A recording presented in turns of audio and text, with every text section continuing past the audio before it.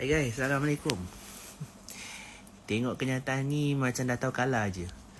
PRN Sabah kali ni pilihan raya terakhir saya. Dia macam ni lah. Saya percaya rakyat Sabah sedang marah sekarang ini. Saya percaya. Dan saya secara jujur lah tidak tahu apa yang berlaku di negeri Sabah ini. Tapi rata-rata rakyat Sabah mahukan perubahan secara besar-besaran. Sebab saya lihat bahawa Datuk Seri Hajiji ni bukan pentingkan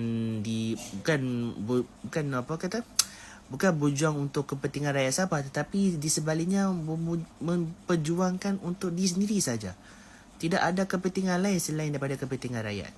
Okey, saya percaya rakyat Sabah tidak bodoh dan hanya orang Sabah je yang tahu apa yang berlaku situasi politik di Sabah ini. Okey. Dan saya nak pesan kepada rakyat Sabah. Jika anda tidak suka kerajaan di bawah pimpinan Datuk Seri Hajiji ni, saya minta satu saja. Di hari mengundi, tolong keluar mengundi. Termasuk orang yang semenanjung. Okey? Kalau nak boykot, jangan tak keluar mengundi. Alasannya nak boykot. Okey? Tetapi orang yang tidak suka itu yang akan jadi kerajaan. Dan secara tidak langsung, kita terpaksalah bertahan 5 tahun lagi.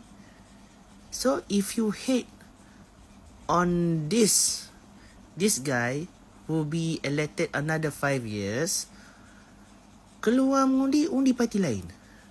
Okay?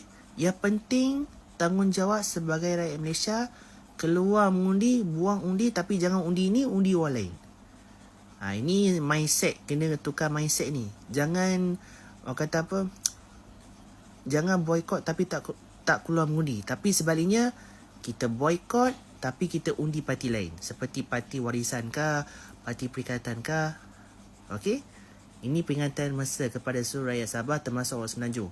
Jika anda tidak suka kerajaan di bawah Hajiji ni, tolong undi parti seperti warisan dan juga Perikatan Nasional. Itu saja. Assalamualaikum.